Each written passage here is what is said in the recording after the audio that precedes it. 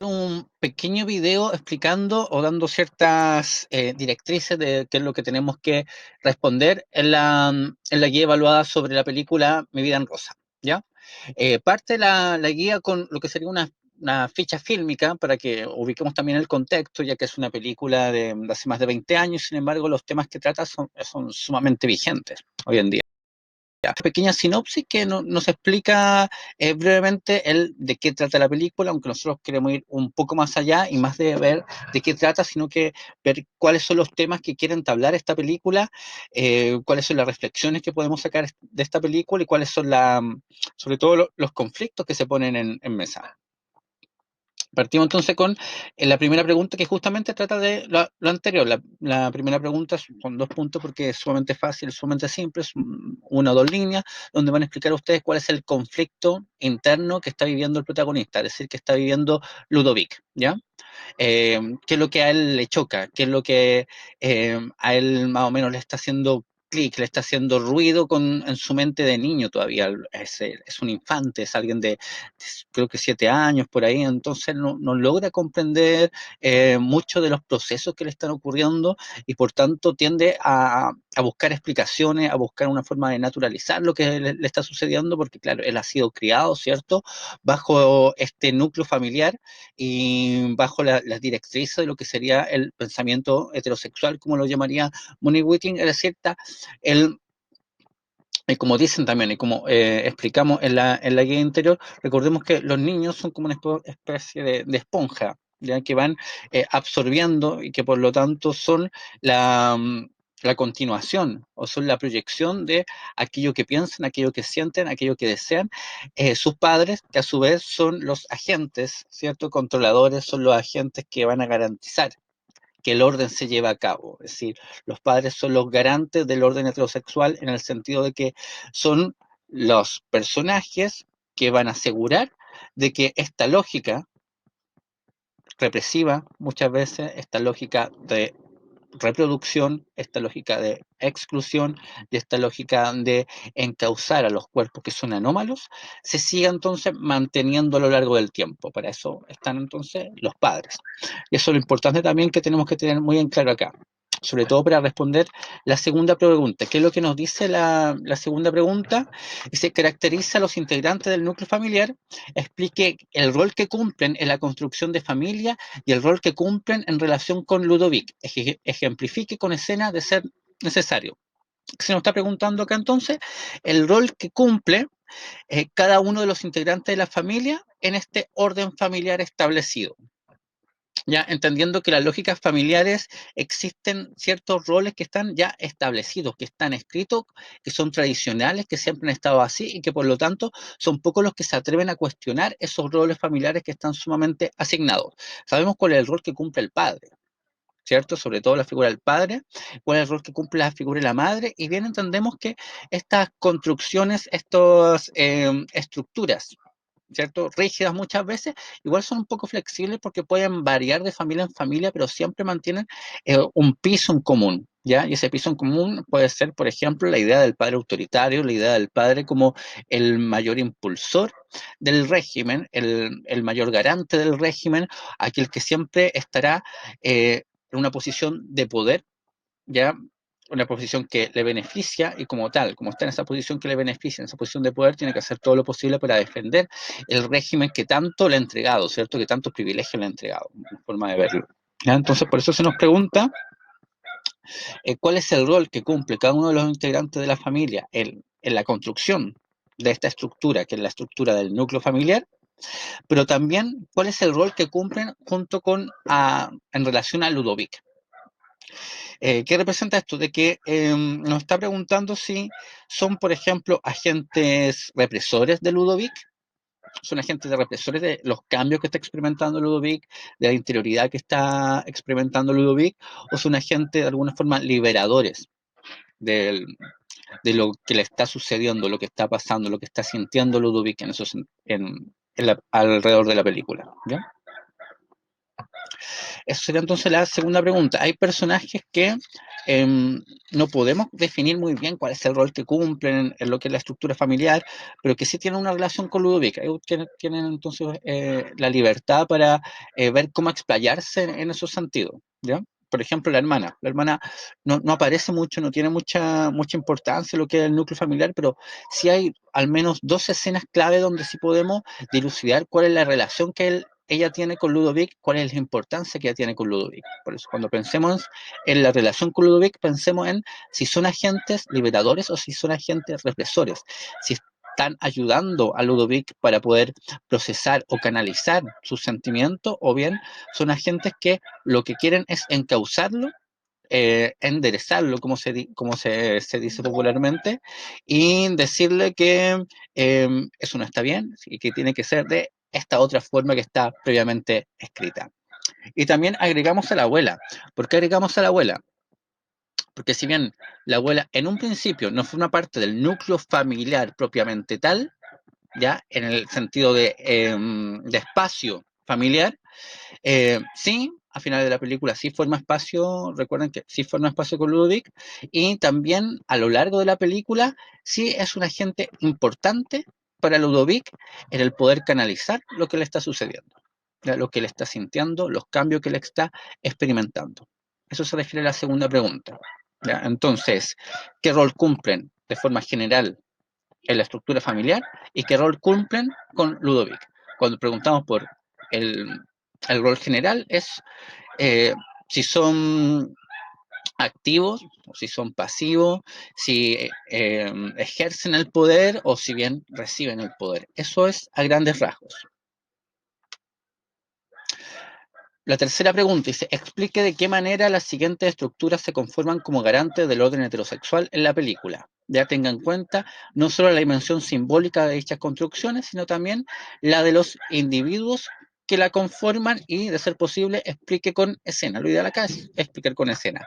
Familias, más o menos lo que hemos dicho anteriormente, es decir, tenemos que concebir la familia como esta estructura garante del orden heterosexual, sobre la cual incluso se derivan otras estructuras que están ahí para eh, funcionar como agentes opresores, como puede ser el amor romántico, la pareja, la monogamia, el trabajo asalariado, etcétera. Son muchas estructuras que se derivan de la conformación de la familia, porque claro, el trabajo asalariado sí tiene una relación con lo que es la estructura familiar, ¿ya? La mayoría de los trabajos tienen una hora de duración, ¿cierto? Y un sueldo en base a el tener o no tener que eh, ser el sostén de una familia, ¿ya? Entonces, la familia es una estructura, es una estructura, es una institución que permea todas las relaciones sociales. ¿Ya? Nosotros nos relacionamos en base a lo que es la familia. ¿Ya? Entonces, ¿de qué manera la familia es presentada en la película y de qué manera estas familias que son presentadas en la película funcionan como garantes del orden heterosexual? Pensemos no solamente en la familia de Ludovic, de las acciones que toma la familia de Ludovic, sino también en las acciones que toman otras familias, como la familia del niño que, que es amigo de Ludovic y sobre el cual Ludovic empieza a tener como las primeras sentimientos amorosos, ¿cierto? Esa familia también responde de cierta manera ante el comportamiento de Ludovic. Entonces preguntémonos de qué manera esas familias, las estructuras familiares presentadas en la película, funcionan o no como garantes del orden heterosexual. Sí, funcionan porque le entregan pauta a seguir, lo reprimen, lo castigan. Estoy dando ejemplo. Eh, Se afianzan en otras estructuras, como por ejemplo la religión, ¿ya? Limitan el accionar del otro niño para que no se junte con Ludovic, ¿cierto? Empecemos a recordar la película y las cosas que suceden. Entonces, no solamente la familia Ludovic, sino que el resto de las familias que son presentadas en la película también. ¿De qué manera se presentan como garante del orden heterosexual? En el sentido de que están reprimiendo y cómo reprimen, ¿ya? Con ejemplos. Y la escuela. La escuela también es otro garante, es otra institución que es base del orden heterosexual. Vamos a leer, antes de que termine el curso, un texto de Preciado sobre, habla de cómo la escuela realmente debería tener asignaturas llamadas introducción al machismo, introducción a la violación, porque entiende que que la escuela es la gran estructura que va a regir, o sea, que permite que rija el orden heterosexual. Por eso se les pregunta entonces en este ítem, ¿de qué manera la escuela funciona como un garante, es decir, como una institución que está sosteniendo la heterosexualidad? ¿Ya? Que lucha por sostener la heterosexualidad, que lucha por mantener el orden establecido y qué es lo que hace con aquellos cuerpos que son anómalos, que se salen de esa norma. Lo mismo para para la estructura de la familia. ¿Qué es lo que hacen esas familias con el cuerpo anómalo, el cuerpo que se sale de la norma, en este caso, el cuerpo de Ludovic? ¿Qué es lo que hace la escuela? ¿Qué es lo que hace el director cuando empiezan a llegar como los reclamos de apoderado y cosas así? ¿Ya? Eso es entonces la tercera pregunta. La cuarta pregunta dice, pensando en alumnos de segundo siglo, planifica una breve actividad tras el visionado de la película en curso, es decir, en grupo curso. Acá tienen que retomar entonces lo que ustedes han aprendido en los ramos pedagógicos, pero voy a ser súper simple en la revisión de esto, o sea, no voy no voy a esperar ni ya ni siquiera me acuerdo muy bien de los nombres, pero esos verbos que había como esa lista de verbos, ¿no? Que sea lo más natural posible, siguiendo obviamente cierto alineamiento, recordando entonces lo que usted ha visto en currículum, etcétera. Entonces pone ahí el curso, el objetivo general, es decir, cuál va a ser el objetivo de esa actividad, y luego explica la actividad. ¿Qué va a hacer? Pensemos entonces que no tenemos la oportunidad de hacer actividad física y que queremos entonces instaurar el tema de la identidad de género, queremos hablar de transexualidad, queremos hablar de queer, queremos hablar entonces del respeto por el otro, queremos hablar en general de disidencias, queremos hablar de disidencias infantiles, ¿ya? Que pueden ser disidencias en cuanto a su expresión de género, en cuanto a su comportamiento, en cuanto al cómo lucen, en cuanto a también las neurodivergencias, es decir, por ejemplo, alumno autista, alumno Asperger, también puede ser disidencia en cuanto a lo que prima en la sala de clase sobre lo que entendemos como los aspectos raciales. Es decir, eh, pensemos en que podríamos tener alumnos, que vamos a tener alumnos de procedencia haitiana, dominicana, peruana, colombiana. También esta película, el niño queer finalmente, el niño es el niño desplazado por no estar acorde a las normas establecidas. Entonces lo podemos extrapolar. Es la historia de Ludovic a muchos otros, eh, a muchas otras expresiones, a muchos otros comportamientos que de alguna forma rehuyen de lo normal, de lo previamente establecido. ¿Ya? Por eso creo que sería interesante imaginar el ejercicio de ver esta película en una sala de clases. Y eso es lo que se le está pidiendo. ¿Qué actividad realizarían entonces ustedes? ¿Ya? Si un conversatorio, que más o menos cuáles serían las preguntas, si se van a agrupar en pequeños grupos, si cada uno va a desarrollar un tema en específico sobre la película, si nos van a narrar la escena que más les impactó, si van a intentar relacionar aspectos de la película con su propia vida, con lo que ellos han vivido, si vamos a realizar una reflexión en torno al bullying, si vamos a buscar soluciones, si vamos a pensar el qué hubieses hecho tú si hubieses tenido entonces un compañero con las características de Ludovic, cómo tenemos que eh, aceptar o normalizar, ¿cierto? En el buen sentido de lo que es la normalización, en expresiones que son distintas a la norma, etcétera. Entonces, eso es lo que busca un poco esta actividad, que ustedes imaginen una actividad tras el visionado de la película en cursos de segundo siglo. ¿Ya? Entonces, cursos que no están muy lejanos a la edad del protagonista de la película. Y por último, retomando entonces lo anterior, se le va a pedir que usted ensaye libremente, como hicimos en la evaluación anterior, un texto sobre la importancia de visibilizar los cuerpos de niños disidentes. Como dijimos anteriormente, acá la idea de disidencia tiene más que ver con la idea de minoría, con la idea que nosotros habíamos estudiado de lo que es una minoría, no en el sentido de minoría numérica, sino en el sentido de minoría porque son cuerpos subalternos, es decir, son cuerpos subyugados a un cuerpo que es un cuerpo hegemónico, que es el principal, que es el aceptado, el visible y el verdadero. Entonces, lo que se le está pidiendo es que usted ensaye libremente un texto sobre la importancia que tienen las artes, ¿cierto? O la importancia de que existan expresiones artísticas, como puede ser el cine en este caso, como puede ser la literatura, como puede ser la música, como puede ser la pintura, como puede ser arte callejero, como puede ser la performance, etcétera, donde el protagonista de esa expresión sea un niño, ¿cierto? Niño, niña, disidente, en el sentido de que sale su comportamiento, su expresión, sus sentires, sus deseos, rehuyen de lo normal, entre comillas, ¿cierto? De lo establecido.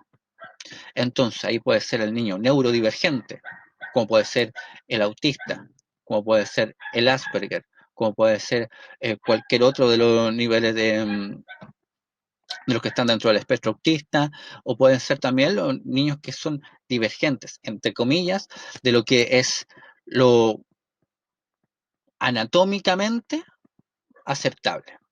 Ahí entran entonces las llamadas discapacidades. Y ahí podemos hablar de el niño discapacitado y cómo el niño discapacitado también es crucial que esté dentro de la expresión artística como eje principal para poder visibilizarlo. Entonces acá lo que yo espero es una reflexión en cuanto a la importancia, más allá del arte, la importancia de visibilizar disidencias en niños. ¿Por qué es importante visibilizar niños? Generalmente se visibiliza al adulto o al adolescente, pero no se está visibilizando mucho al niño que es distinto. ¿Por qué es importante? ¿Qué efecto tiene en otros niños? ¿O qué efecto tiene en la sociedad? ¿O qué efecto puede tener en nuestros estudiantes? Etcétera.